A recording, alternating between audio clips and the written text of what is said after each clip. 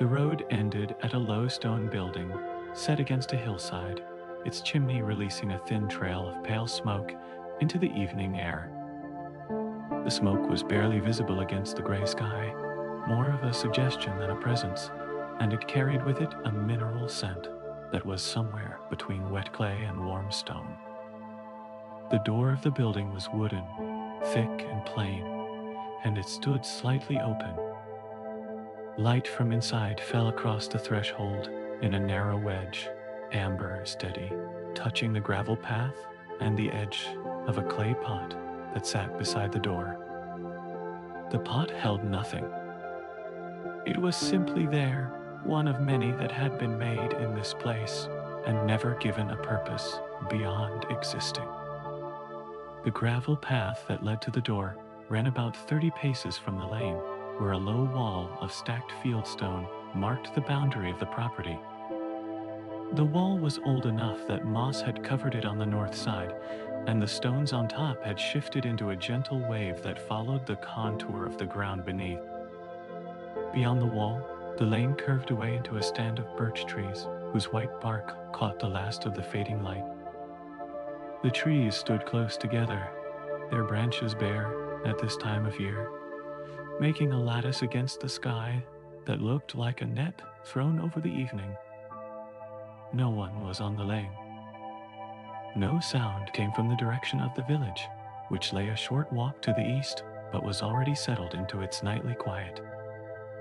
The only movement was the smoke from the chimney, and the occasional drift of a leaf that had been caught in some invisible current and carried a few feet before being set down again on the gravel. Through the open door, the interior revealed itself gradually.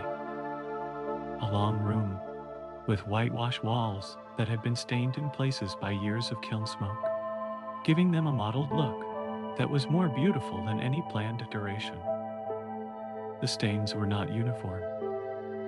They followed the invisible currents of air that moved through the room, darker near the kiln end and lighter near the door, with occasional swirls and eddies where the smoke had been pushed by a draft from the window.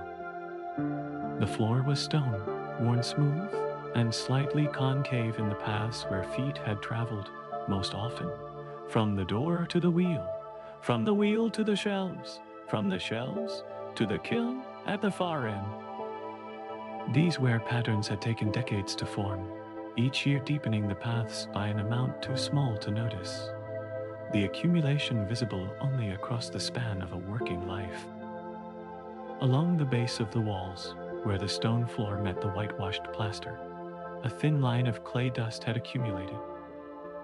It was the same gray as the raw clay, fine as powder, and it shifted slightly whenever someone walked past or when a draft moved through the room.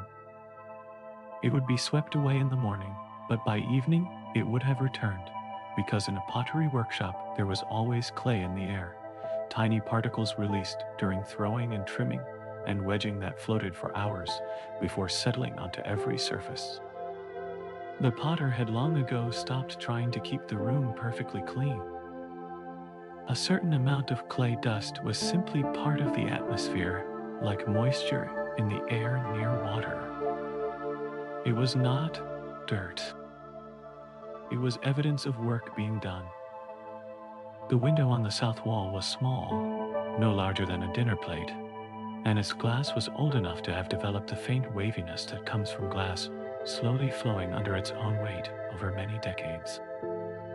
The light that passed through it was never quite straight, arriving in the room slightly bent and scattered, which gave it a softness that newer glass could not achieve. During the day, this window let in enough light to work by, supplementing the lamp when the sky was clear. At this hour, it showed only darkness and the reflected glow of the kiln. On the sill, a small clay figure sat. It was a bird, roughly shaped, with a round body and a tilted head that gave it a look of permanent curiosity. The potter had made it years ago, almost without thinking, from a leftover piece of clay that was too small for anything useful. It had been fired, but not glazed, and its surface was dry and chalky, the color of sun-bleached bone. It watched the room with its blank eyes, a silent witness to every piece that had been thrown and fired and carried away. The kiln dominated the back wall like a sleeping creature. It was built of fire brick, thick and rounded, with an arched opening that glowed faintly orange from the fire inside. The bricks had been laid in careful courses that followed the curve of the dome, each one cut and fitted by hand, so that the interior formed a smooth vault without any sharp angles where heat might concentrate unevenly. The mortar between the bricks had gone black with heat, and in some places it had crumbled slightly, letting thin threads of warm air escape and flicker where they met the cooler air of the room. The heat from it filled the room in waves that could be felt even near the doorway, a warmth that was different from any other warmth. It was dry and deep, the kind that reached through clothing and into muscle, not burning but insistent. A potter was seated at the wheel, which was centered in the room beneath a hanging lamp. The wheel was old, a heavy stone disc mounted on an iron shaft, turned by a kick from the foot against a lower flywheel. It spun with a low hum that was felt more than heard, a vibration in the floor and in the air that became part of the room, the way a heartbeat becomes part of a body. On the wheel sat a mound of clay, gray and glistening with water, already beginning to take shape under steady hands. The clay had been prepared that morning, wedged and kneaded on the long wooden table against the east wall until every air bubble had been pressed out and the texture was perfectly even. This preparation was essential. A single bubble trapped inside the clay could expand in the heat of the kiln and crack the piece from within, ruining days of careful work. So the potter had spent nearly an hour working the clay, folding and pressing and folding again, until it felt like something alive between the hands. The wedging had a rhythm to it, a forward press with the heel of the hand, a fold, a turn, another press. The motion was similar to kneading bread, though the purpose was different and the material was less forgiving.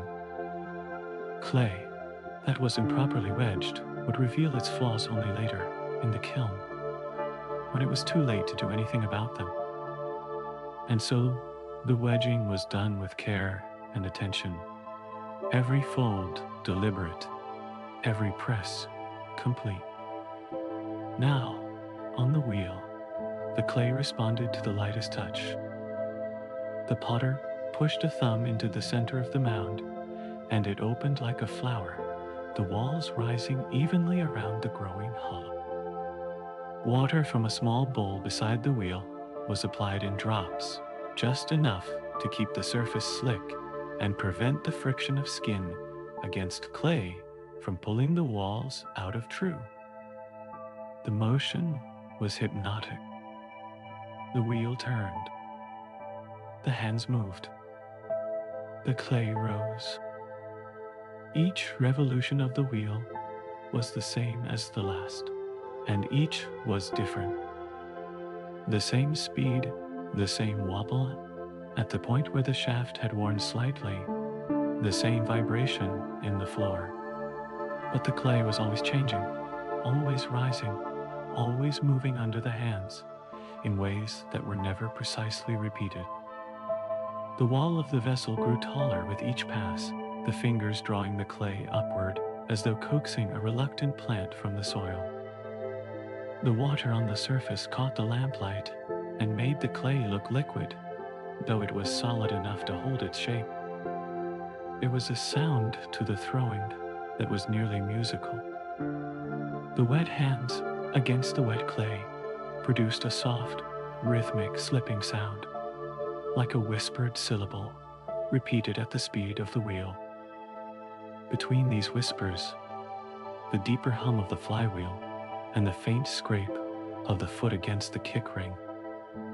Together they made a pattern that was as regular and as soothing as breathing. The potter had been making this same set of sounds for so many years that they had become invisible. They were no longer noticed, any more than one notices the sound of walking or the rhythm of a heartbeat. They were simply part of the work, as natural and as necessary as the clay itself. There was no effort visible in any of it, though the effort was enormous. Keeping the walls even, maintaining the center, controlling the speed, feeling for thickness through the clay itself. All of this required a concentration so complete that it left no room for thought. The potter was not thinking. The potter was simply doing, and the clay was simply becoming, and the wheel was simply turning, and the room was simply holding all of it in its warm, smoke-scented air. The lamp above the wheel was a simple thing, a brass reservoir with a cotton wick that burned with a flame no taller than a thumb. It hung from a hook on a chain that could be raised or lowered to adjust the amount of light falling on the wheel. Tonight, it hung low, close to the work, casting a pool of warm light that made the wet clay gleam and threw the hands into sharp relief against the darker background of the room. The shadows of the fingers moved across the wall behind the wheel in exaggerated versions of themselves, long and fluid, like the hands of a much larger being performing the same gentle work. Outside, the evening had moved from dusk to something deeper. The sky beyond the single window had lost its last blue and was settling into the uniform gray that would darken to black over the next hour. A bird called once from the hill above the workshop, a liquid descending note, and then fell silent. The trees along the ridge, visible as dark shapes against the slightly lighter sky, stood without moving. There was no wind tonight. The smoke from the chimney rose straight up as though drawn by a thread. Inside, the piece on the wheel had grown into a tall cylinder, the walls no thicker than the width of a finger. The potter slowed the wheel slightly and began to shape the upper portion, pressing inward with both hands to create a gentle curve. The cylinder narrowed gradually, like a conversation growing quieter, until it formed the beginning of a neck. This would be a vase, or perhaps a tall jar. The potter had not decided, and it did not matter. The clay would find its own form within the hands that guided it, and the form would be right, because it came from the material itself rather than from a plan imposed upon it. On the shelves that lined the east wall, dozens of finished pieces waited for their turn in the kiln. There were bowls of various sizes, some wide and shallow, others deep enough to hold a generous serving. There were plates stacked in sets, each one slightly different from the others, in the way that hand-thrown things always differ. There were cups without handles, designed to be held in both hands, their walls thin enough to feel the warmth of whatever was poured inside. And there were pieces that defied simple naming, forms that the potter had made because the clay wanted to go that way, and there was no reason to stop it. Each piece was smooth and dry, ready for its first firing, which would harden the clay into something permanent. After that first firing, they would be glazed, dipped into mixtures of minerals and water that the potter had mixed according to recipes that had been learned slowly over many years and many failures. The glazes were kept in large ceramic crocks near the kiln, each one labeled with a mark that indicated its color when fired. Some would turn a deep blue, like the sky just after sunset. Some would become a warm green, like moss on a north-facing stone. Others would fire to a rich brown, or a pale gray, or a white so clean it seemed to hold light within itself. The colors came from the minerals in the mixture, each one responding differently to the heat and atmosphere inside the kiln. The potter knew them all, not from memory or charts, but from the experience of years of testing and adjusting and accepting the results that the fire chose to give. The piece on the wheel was nearly finished now. The neck had narrowed to a gentle opening, and the potter smoothed the rim with a strip of wet leather drawn slowly around the turning edge. The leather left the surface as clean and even as if it had been polished, with a slight sheen that would disappear as the clay dried. The potter slowed the wheel to a stop and sat for a moment, looking at the form. It was good. Not perfect, because nothing made by hand was perfect, and perfection was not the point. The point was something harder to name, something about the relationship between the hand and the clay, and the turning and the time. When a piece was going well, there was a feeling that arose without invitation. It was as though the boundaries between the hands and the clay and the wheel had dissolved, and there was only the form, emerging from the center of the turning, already complete in some invisible way, simply waiting to be uncovered. A wire was drawn beneath the base of the piece, separating it from the wheel head, and then two careful hands lifted it and carried it to an empty space on the drying shelf. It was placed between a small bowl with a wide rim and a tall cylinder that had not yet been shaped further. It would sit there for the next day or two, losing moisture slowly, transitioning from the soft state in which it could still be shaped to the harder state in which it would hold its form. The potter wiped both hands on a damp cloth and then wrung the cloth out over a bucket. The water that dripped from it was gray with dissolved clay, and it joined the gray water already in the bucket, which would be allowed to settle overnight. The clay particles would sink to the bottom, and the clear water would be poured off and used again. Nothing was wasted. The clay that was washed from the hands and the tools found its way back into the wedging process eventually, mixed with fresh clay and kneaded until it was ready to be thrown again. This cycle of use and reuse was as old as pottery itself. The clay remembered every form it had ever taken, though it carried none of those memories forward. Each time it was reconstituted, it was new again, without history, ready to become whatever the next pair of hands decided. The potter crossed the room slowly, stepping around the small pools of water that had dripped from the wheel and the sponge during the throwing. These pools would dry by morning, leaving behind faint, pale rings on the dark stone, temporary marks that would be washed away the next time the floor was mopped with clean water. The mop hung on a nail near the door, its cotton head stiff with dried clay. Beside it, a broom leaned against the wall, its bristles curved from years of sweeping in the same direction. These humble tools were as important to the workshop as the wheel or the kiln. A clean floor prevented bits of dried clay from falling into fresh work. A clean surface meant a clear mind, or so the potter had come to believe over the years. The connection between the tidiness of the space and the quality of the work was not something that could be proved, but it was felt deeply and consistently, like a truth that lived beneath the surface of things. Near the door, a row of hooks held several aprons, each one heavy with clay dust and water stains. They were made of thick cotton, the kind that could absorb a great deal of moisture without feeling wet through. The potter had worn them one after another over the years, reaching for whichever was driest at the start of each session. The one worn today hung now on the nearest hook, its front streaked with gray from where the hands had been wiped again and again during the throwing. Behind the aprons, the wall held a small shelf with a few personal items.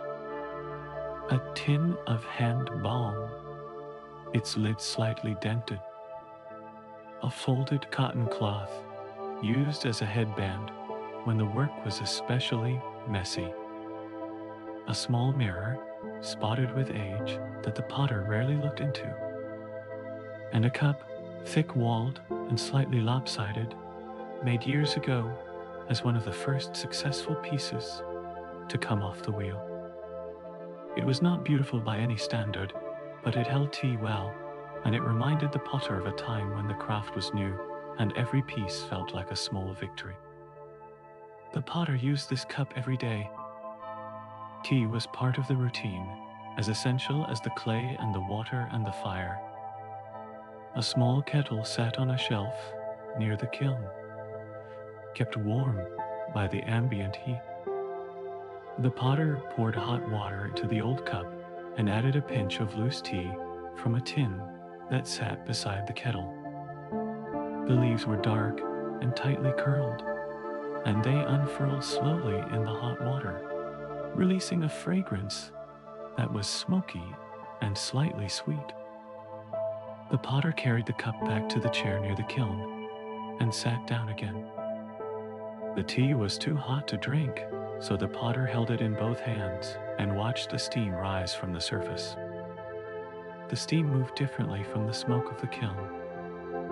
It was lighter, more fleeting, disappearing within a few inches of the cup rim. The kiln smoke was heavier, more persistent, clinging to the air and the walls and the clothing. Both were warm, both carried scent, both were evidence of heat doing its work on a liquid. But they were as different as the materials that produced them. The tea cooled slowly. The potter sipped.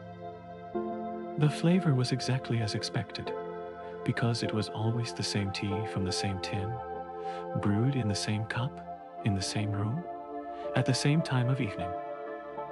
There was comfort in this sameness. It was not monotony. It was ritual, the kind that accumulates meaning through repetition until each ordinary act carries the weight of every time it has been performed before. The potter crossed the room to where the glazed crocks sat against the wall near the kiln. Each crock was large enough to submerge a bowl or a plate, and each contained a different mixture that had been prepared in careful proportions. The potter lifted the lid of the nearest one and stirred the contents with a wooden stick. The glaze had settled overnight, the heavier particles sinking to the bottom, and it needed to be brought back to a uniform consistency before it could be used. The stirring was slow and circular, the stick moving through the thick liquid with a sound like quiet breathing.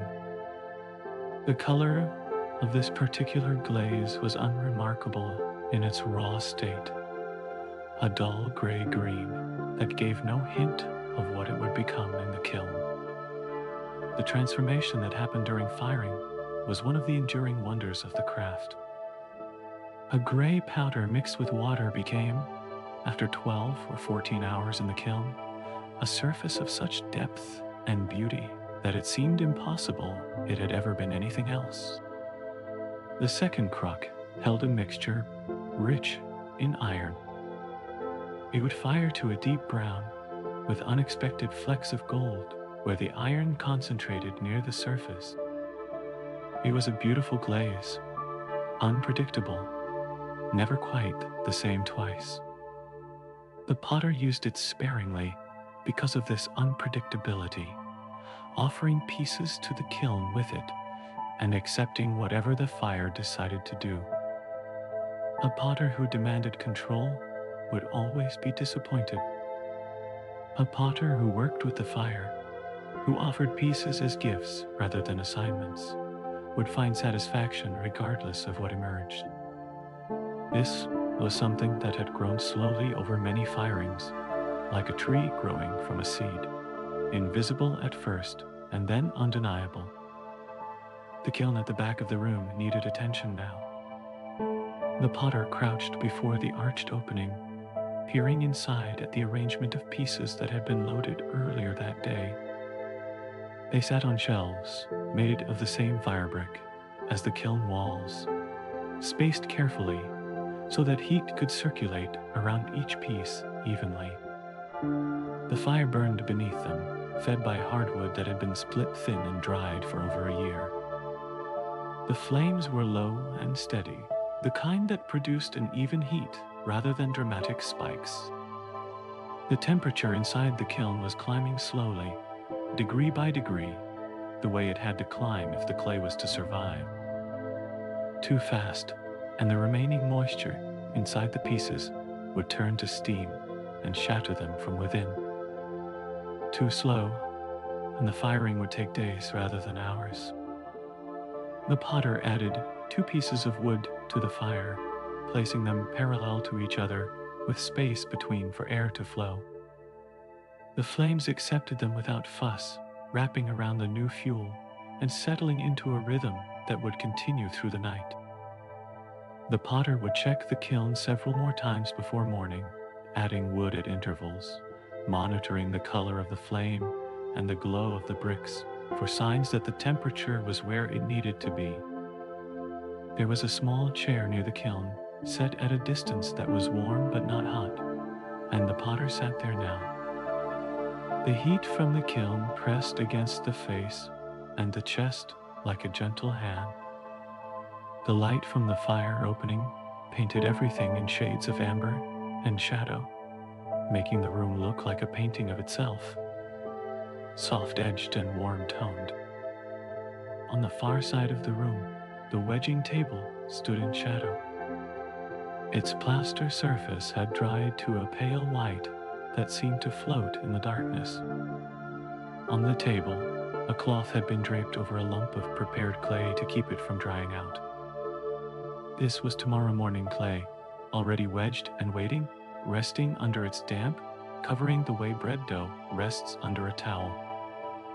It would be ready when the potter was ready, and the potter would be ready when the morning light came through the east window and fell across the wheel in the way it always fell, slanting and soft and full of tiny particles that made themselves visible only in sunlight.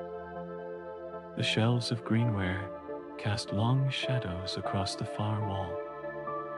The wheel sat still and dark in its pool of lamplight. The buckets and tools and cloths of the working day were arranged in their places, each one ready for the morning. Near the wheel, a sponge sat in a shallow dish of water. It was a natural sponge, the kind that came from the sea, porous and soft and surprisingly durable. The potter used it for smoothing the bottoms of pieces after they had been trimmed on the wheel. It left a surface that was softer than anything a tool could produce, gentle enough that a fingertip could barely feel the transition between the sponged area and the rest. Beside the sponge dish, a set of wooden ribs lay in a row. These were smooth, flat tools shaped like teardrops, used for refining the curves of a piece while it was still on the wheel. Each one had a slightly different profile, some more pointed, some wider, some with a subtle S-curve along one edge. The potter had made them from scraps of hardwood, shaping each one with a knife and then sanding it smooth over the course of many evenings. They were not necessary. The hands could do everything the ribs could do, but the ribs allowed for a certain precision that the hands alone sometimes could not achieve, especially on larger pieces where the reach was long and the control had to extend beyond what the fingers could manage. It was the kind of room that looked like it had always been there and always would be. The walls had absorbed so much heat and moisture over the years that they had developed a texture of their own, part plaster and part something else, something mineral and warm. The stones of the floor held a pattern of wear that was like a map of every action that had ever been repeated within these walls. The path from door to wheel, the path from wheel to shelf, the path from shelf to kiln. These were the roots of the craft, worn into the stone by years of the same footsteps, traveling the same distances for the same purposes. The potter sat in the warmth and listened to the kiln. It made sounds, quiet ones, the crackle of burning wood, and the tick of expanding brick, and the occasional soft pop from somewhere deep inside where a glaze was beginning to melt and flow. These sounds were familiar and reassuring. They meant the firing was going well. They meant the pieces inside were transforming, one molecule at a time, from fragile dried clay into something hard and permanent and capable of holding water. That was the quiet wonder of pottery. The application of enough heat to a common material changed it into something uncommon, something that would last, something that could be dropped on a stone floor and ring like a bell. Outside, the night had fully settled. The thin trail of smoke from the chimney was invisible now, lost in the dark sky, though its scent still drifted down the hillside toward the village below.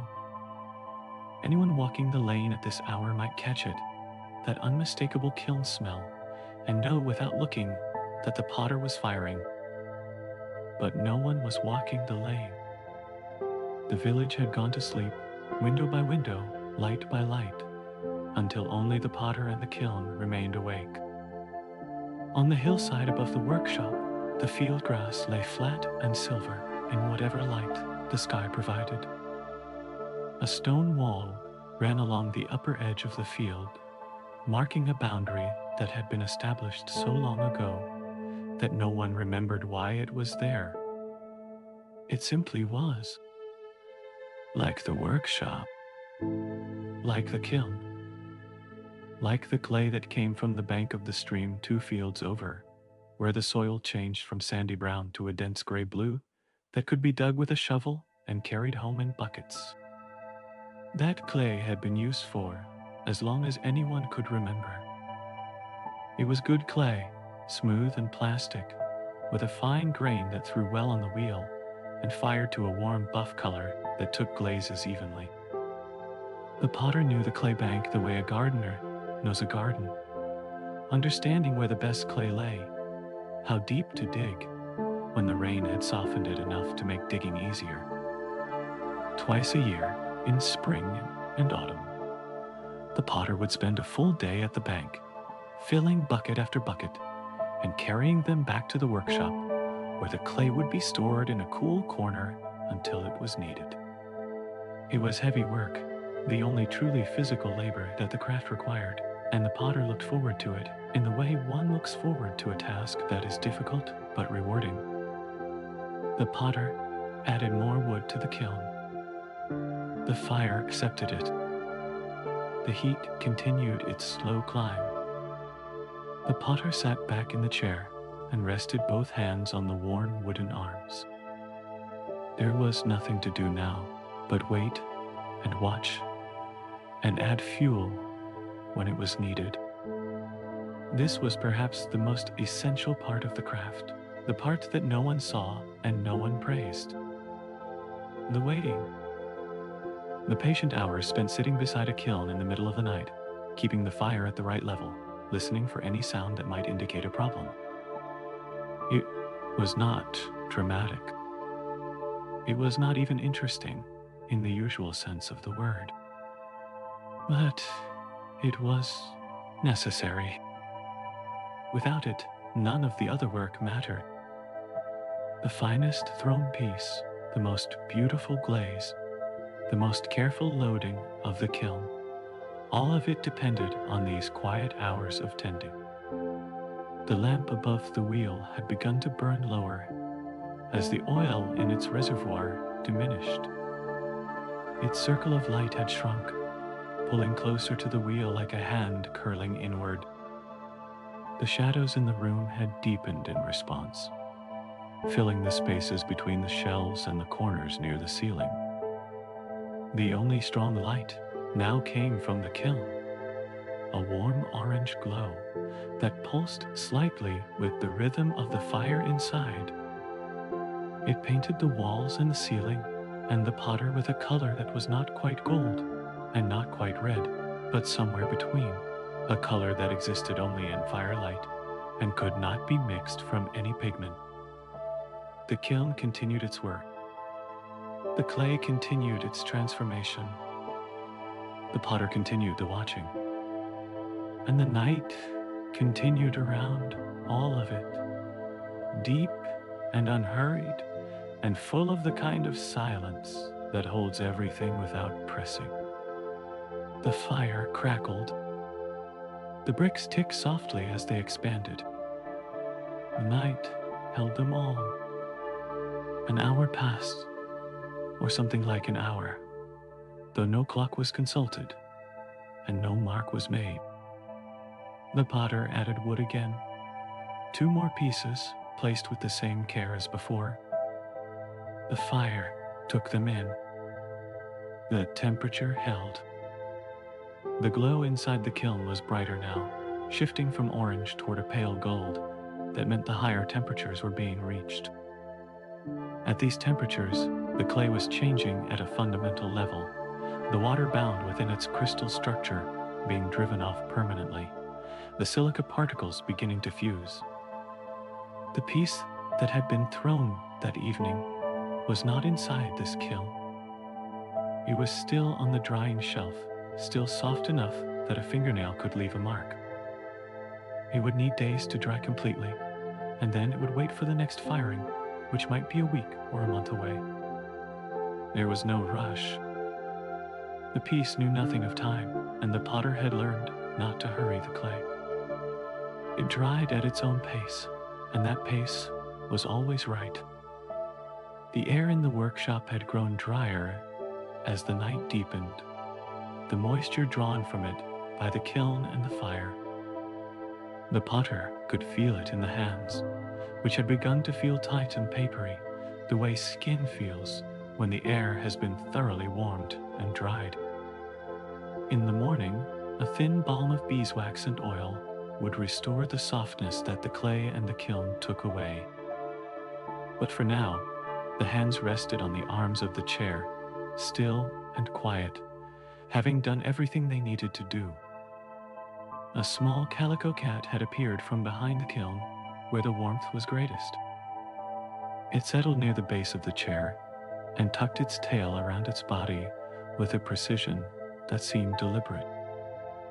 Its eyes were half closed, not sleeping but not fully awake, existing in that space between that cat's inhabited so easily. The potter glanced at it and then looked back at the kiln. The two of them sat there in the firelit room on the hillside, keeping the watch that the craft required. Neither of them spoke. Neither of them needed to. The fire spoke for them in its quiet language of crackle and glow and steady warmth. Outside, the stars had come out above the ridge, though they could not be seen through the workshop window, which reflected only the firelight back into the room. The birch trees along the lane stood pale and still, their bark almost luminous in the starlight. The stone wall at the edge of the property was invisible, blending with the dark ground. The gravel path between the wall and the door was quiet. The The pot beside the door sat in complete darkness, its form known only by memory. The village below the hill was a collection of dark shapes with no light showing from any window. Only here, on this hillside, in this stone building, with its thick walls and its ancient kiln, was there warmth and light and wakefulness. The potter would stay through the night. The fire would be tended. The wood would be added. The temperature would rise and then hold, and then, sometime near dawn, begin its long, slow descent back toward the temperature of the room. The pieces inside would cool as slowly as they had heated, which was the final kindness that could be offered them. Quick cooling crack. Slow cooling hell. And so the potter waited, and the kiln worked, and the night carried them both forward into the quiet hours where nothing changed and everything was becoming. The wood pile beside the kiln had been stacked that afternoon, each piece arranged so it could be reached without standing, without effort, without breaking the stillness that the watching required. The wood was ash, dense and slow burning, chosen because it produced a steady, even heat without the sparking and popping of softer wood. Each piece was about the length of a forearm and the width of a wrist, split cleanly along the grain, so that the interior was pale and dry and ready for burning. The bark on the outside was still intact, gray and furrowed, and it would be the first part to catch when placed in the fire.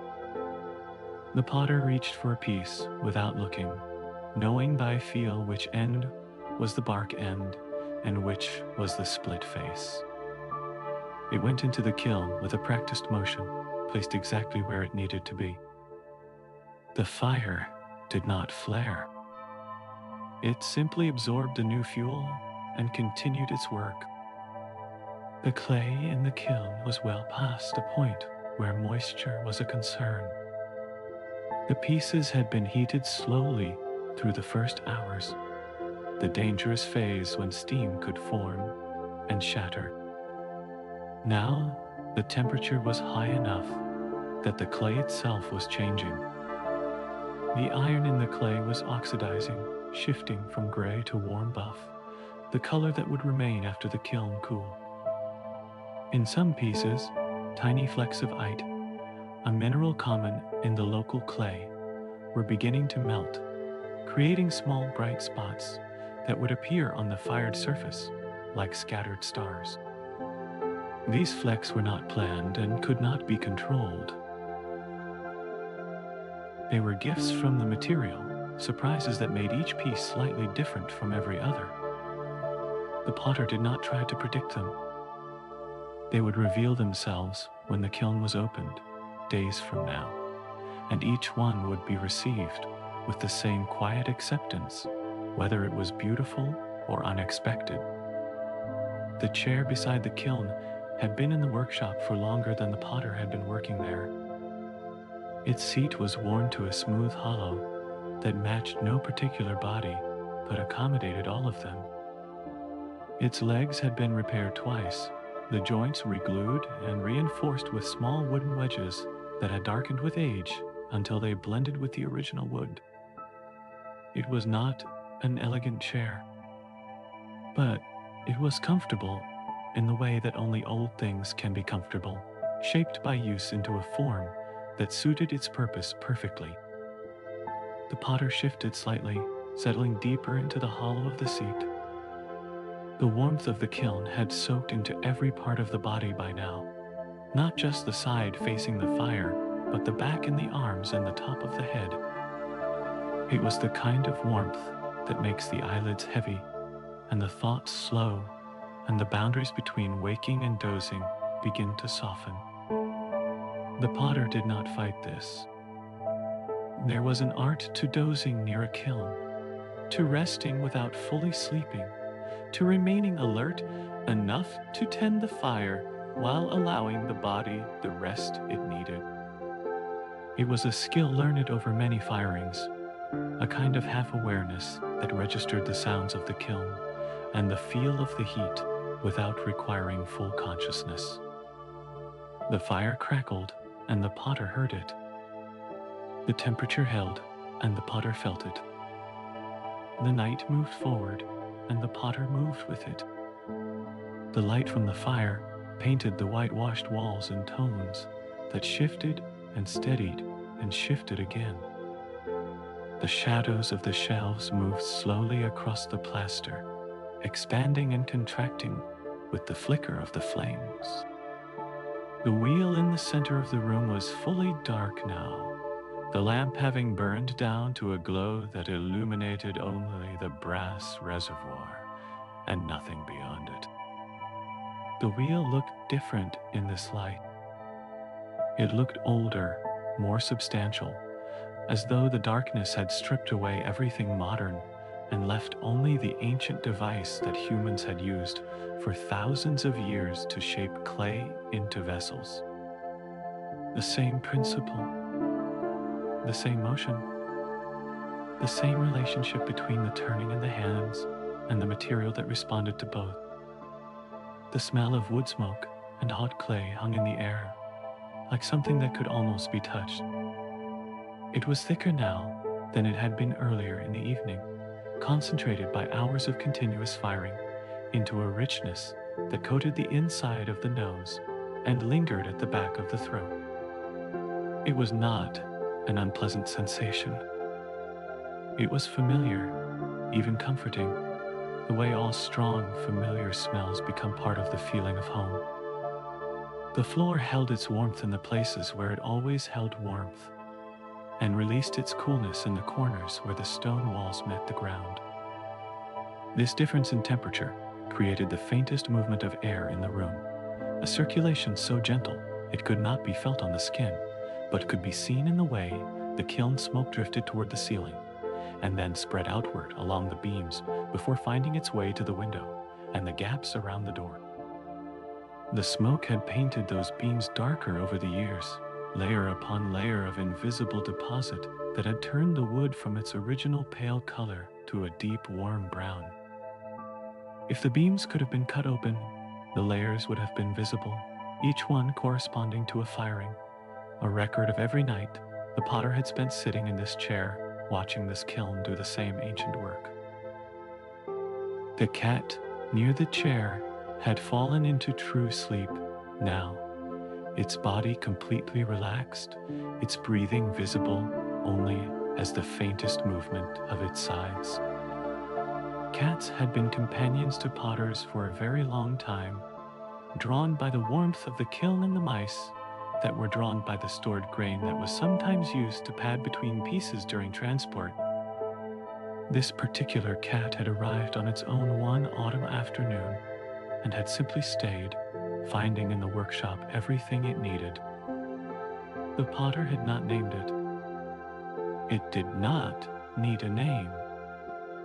It was simply the cat of the workshop, as much a part of the place as the wheel or the kiln or the buckets of gray water. And the pieces in the kiln, each one beginning as nothing more than a handful of earth and water, continued their slow transformation, held in the fire that the potter tended, and the darkness that the night provided, and the patience that had no name and needed none. The fire crackled on. The bricks glowed. The cat breathed softly near the chair. Somewhere outside, the stream that ran through the lower field was moving over its stones with a sound that could not quite be heard from inside the workshop, but that existed nonetheless, a constant gentle presence that had been there long before the workshop was built and would be there long after. The night continued, vast and gentle, holding the workshop and the hill and the village and the fields in a quiet that went on and on without asking anything of anyone. The potter breathed. The kiln breathed. And the darkness between the stars breathed too, in rhythms too slow to measure and too deep to hear, carrying everything forward into the next moment and the next, without hurry, without end.